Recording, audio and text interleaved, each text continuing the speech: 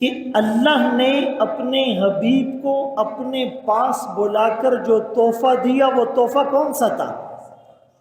تو بھائی جو سب سے زیادہ محبوب ہو اس کو تحفہ بھی سب سے زیادہ قیمتی دیا جاتا ہے۔ یہ دلیل ہے اس بات پر کہ مسلمان کے لیے سب سے اہم ترین چیز نماز ہے۔ اسی لیے تو فرمایا کہ نماز میری آنکھوں کا نور ہے، اور نماز مومن کی معراج ہے، اور نماز دین کا ستون ہے، اور قیامت کے دن سب سے پہلا سوال نماز کے بارے میں کیا جائے گا۔ تو اگر کسی کو اللہ سے تعلق مضبوط کرنا ہے تو اس کو نماز مضبوط کرنی پڑے گی، اور نماز کو مضبوط کرنے کے لیے نماز کو محمد الرسول اللہ صلی اللہ علیہ وسلم کے طریقے پر پڑھنا پڑے گا۔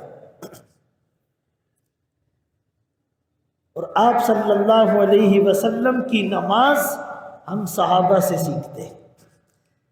بعض صحابہ فرماتے ہیں کہ میں اللہ کے رسول صلی اللہ علیہ وسلم کی نماز کے طریقے کو سب سے زیادہ حفظ کرنے والا ہوں، سب سے زیادہ مضبوطی کے ساتھ یاد رکھنے والا ہوں۔ اور کئی صحابہ نے جب نماز کا طریقہ بتلایا تو باقاعدہ پڑھ کے بتلایا، نیت سے لے کر تکبیر تحریمہ سے لے کر سلام تک۔ کئی صحابہ نے نبی کی نماز کو ایسے بتایا، حدیث میں اس کے الفاظ اور اس کی نوعیت موجود ہے، اور الحمدللہ فقہ حنفی کی نماز سنت نبوی کی نماز کے سب سے زیادہ قریب ہے۔ اس پر دو چیزیں دلیل ہے۔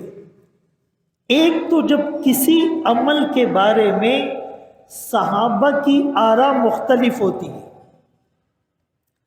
تو اب ہم نے کس کو لینا ہے، اس میں دو باتیں بنیادی ہوتی ہیں۔ ایک بات یہ کہ اس طرف روایت کرنے والے صحابہ زیادہ ہیں اور اس طرف روایت کرنے والے صحابہ کم ہیں، تو ہم کس کی بات کو لیں گے؟ جس طرف صحابہ تعداد میں زیادہ ہے۔ اور دوسرا پیمانہ اور پیرامیٹرز یہ ہوتا ہے کہ اس طرف روایت کرنے والے صحابہ مقام اور مرتبے کے اعتبار سے بڑے ہیں، اور اس طرف روایت کرنے والے صحابہ مقام اور مرتبے کے اعتبار سے ان سے کم ہیں۔ تو ہم کن کی بات کو لیں گے؟ جو مرتبے کے اعتبار سے بڑے ہیں۔ اور تیسرا پیمانہ یہ ہے کہ اس طرف روایت کرنے والے صحابہ یہ روایت کرتے ہیں کہ آقا نے یہ عمل کیا اور آخر تک کرتے رہے، اور اس طرف والی روایات ایسی ہیں کہ آقا نے یہ عمل کیا آخر تک کرتے رہے، یہ الفاظ موجود نہیں ہیں۔ تو ہم کس کو لیں گے کہ آقا نے اس عمل کو کیا اور آخر تک کرتے رہیں؟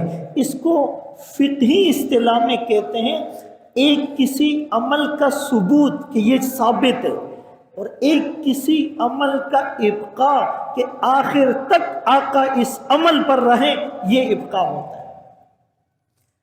اسی لیے تو حضرت عمر رضی اللہ عنہ نے اپنے گورنروں کو خط لکھا، ان اہم امورکم عندی الصلاۃ، تمہارے جتنے خلافت کے کام ہیں، تمہاری ذمہ داریاں ہیں، تم فیصلے کرتے ہو، تم زکوٰۃ جمع کرتے ہو، تم جمع شدہ زکوٰۃ کو غریبوں میں تقسیم کرتے ہو، تم بیت المال کے اندر یتیموں، بیواؤں، ناداروں، بیماروں، بے کسوں کا خیال رکھتے ہو، تم مسلمانوں کے تبلیغی وفود کو بیچتے ہو، تم مسلمانوں کو جہاد کے لیے ترغیب دیتے ہو،